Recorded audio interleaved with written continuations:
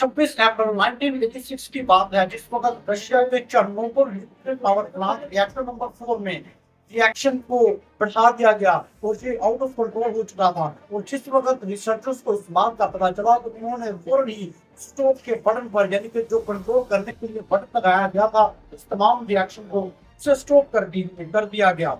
तो बात करेंगे चेर्नोबिल न्यूक्लियर पावर प्लांट के रिएक्शन के बारे में, जिसकी वजह से आज तक दुनिया में 30 किलोमीटर के करीब जो एरिया है, रशिया ने वो रेड जोन डिक्लेयर कर दिया है।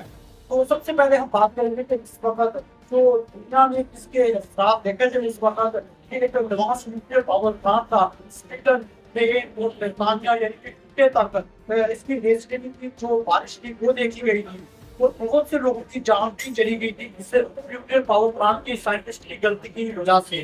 तो आप इस वक्त हम बात करेंगे कि जो चेर्नोबिल न्यूक्लियर पावर प्लांट था, एडवांस्ड हाइड्रोजन बम बनाने के लिए प्लांट तैयार किया गया था और ये रशिया के उन सब प्लांटों में से था जो बहुत हैवी मिकदार में यूरेनियम कंसिस्ट करते थे, यानी कि 192 टन के करीब ऑलमोस्ट ये जो फ्यूल था यूरेनियम का वो कंसिस्ट करते थे अपने पास। दूसरी तरफ इनकी कैपेसिटी इतनी थी कि ये जो बम रेडी कर रहे थे, ये जो बम हाइड्रोजन बम बना रहे थे, वो आज से पहले जो हिरोशिमा पर बम गिराया गया था उससे 400 गुना ज्यादा हैवी। तो सबसे पहले हम बात करेंगे जो न्यूक्लियर पावर प्लांट में इस्तेमाल। सबसे पहले तो एक कंट्रोल रोड, स्लो रोड और मॉडरेट रोड। ये जो कंट्रोल रोड है और मॉडरेट रोड है, ये बहुत ही अहम किरदार अदा करते हैं। जो कंट्रोल रोड है वो रिएक्शन को स्लो करने के लिए, यानी कि कंट्रोल में लाने के लिए काम करता है, लेकिन दूसरी तरफ जो मॉडरेट रोड है वो मुकम्मल तौर पर रिएक्शन को स्पीड अप करने के लिए काम करता है।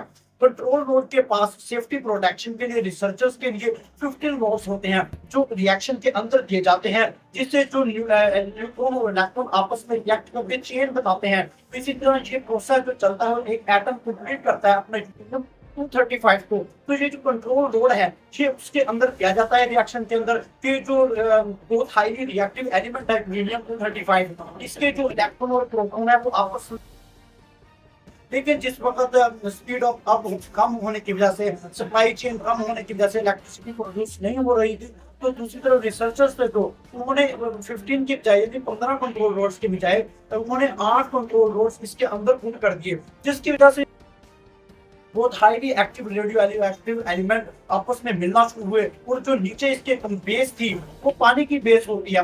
बेस में जो पानी था वो बहुत ज्यादा स्पीड से हीट में प्रोड्यूस होकर उन्हें तमाम का तमाम पानी, तो ये बहुत ज्यादा कॉम्प्लिकेटेड प्रोसीजर हो चुका था और रिसर्चर्स को उस वक्त मुकम्मल तौर पर समझ नहीं आ रही थी कि किस तरह पानी स्टीम में चेंज हो गया और ये क्यों कंट्रोल नहीं हो रहा। तो ये 6 से 7 सेकंड का जो प्रोसेस था कंट्रोल बोर्ड से निकालने का, आज इस वक्त कंट्रोल बोर्ड से इस रेडियोएक्टिव एलिमेंट्स के अंदर तो बहुत ज्यादा बड़ी पैमाने पर धमाका हुआ। बिल्डिंग तमाम की होती बिल्डिंग से वो शोर वेव्स में आ गई, तो बहुत बड़े।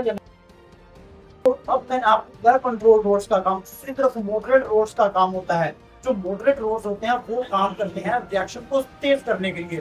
तो ये वैसे भी आपस में एक दूसरे के साथ रिएक्ट कर चुके थे कंट्रोल रोड्स और मॉडरेट रोड्स, अब ये तमाम के तमाम मेल्ट हो चुके थे। अब जो यूरेनियम 235 था वो मुकम्मल तौर पर हाईली रिएक्टिव एलिमेंट्स बन चुका था। तो ये बहुत ज्यादा कॉम्प्लिकेटेड प्रोसीजर हो चुका था साइंटिस्ट के लिए, और जो उनको लिए तो ये साइंटिस्ट के लिए समझने के लिए भी बहुत ज्यादा मुश्किल हो चुका था। तो बहुत ज्यादा बड़े पैमाने पर धमाका हुआ, एक धमाका हुआ फिर उसके बाद दूसरा धमाका।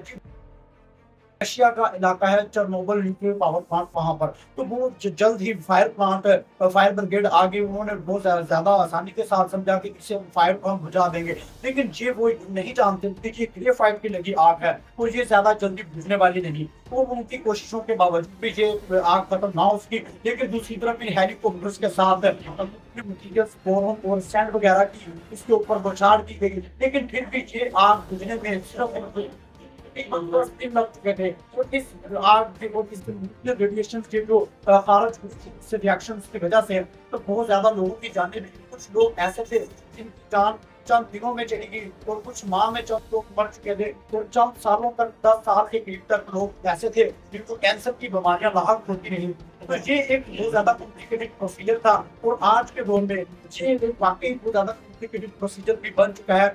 इसकी वजह से जो न्यूक्लियर ऑर्गेनाइजेशन जो टीम्स हैं ये इंस्पेक्शन करती हैं पावर प्लांट्स के, न्यूक्लियर पावर प्लांट्स की, इस तरह के क्या कोई रेडिएशन तो नहीं खारिज हो रही, कोई भी कंट्री अगर इस पर काम कर, इसी वजह से आज का जो टाइम कहता है ईरान इस पर काम कर रहा है।